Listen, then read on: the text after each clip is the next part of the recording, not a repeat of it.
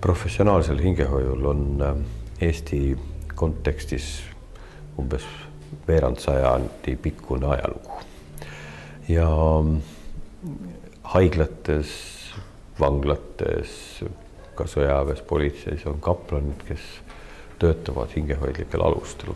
Aga et siin usuteadusinstituudis õpime me siis ka rohkem just, et kuidas teha sellist nii-öelda spetsiaalselt hingehoiutööd erinevates kirikust väljaspool olevates organisatsioonides, aga miks mitte ka kirikus.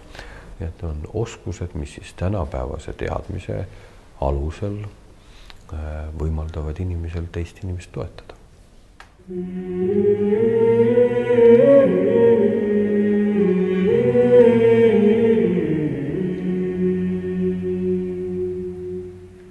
Me elame ju katkises maailmas, kus me ise oleme katki ja kaasinimesed meie ümber on erineval kombel katki. Ja ma arvan, et nii diakoonia kui ka hingehoid kõnelevad sellest, mida Jumal tahab, et siin maailmas me teeksime ja enamgi veel, mida ta ise meie keskel teeb. Ja püüame jõuda ka järeldusele, mis on meie osa siin maailmas, mismoodi meie saame siin selles katkises maailmas hingi hoida, ravida, tervendada.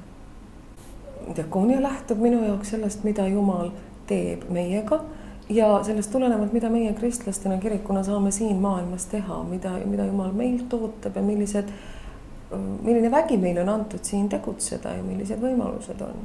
Vaadata seda maailma ühelt poolt, leida need hädalised üles, need abivajajad või nurka surutud ja siis vaadata neid võimalusi, mis Jumal meil on andnud, et me saaksime aidata, toetada, tõsta üles neid, kes on maha surutud. Aga tänasel päeval jah, tõepoolest on praktiseerimise võimalused haiglas, on olemas kaplanaadid sõjaväes, politseis, vanglas, kus siis võib seda rakendada, aga loomulikult hooldusasutused tihtipeale hea meelega võtavad endale ka selliseid inimesi tööle, kes saavad hingehoidlikult need hoolealuseid toetada.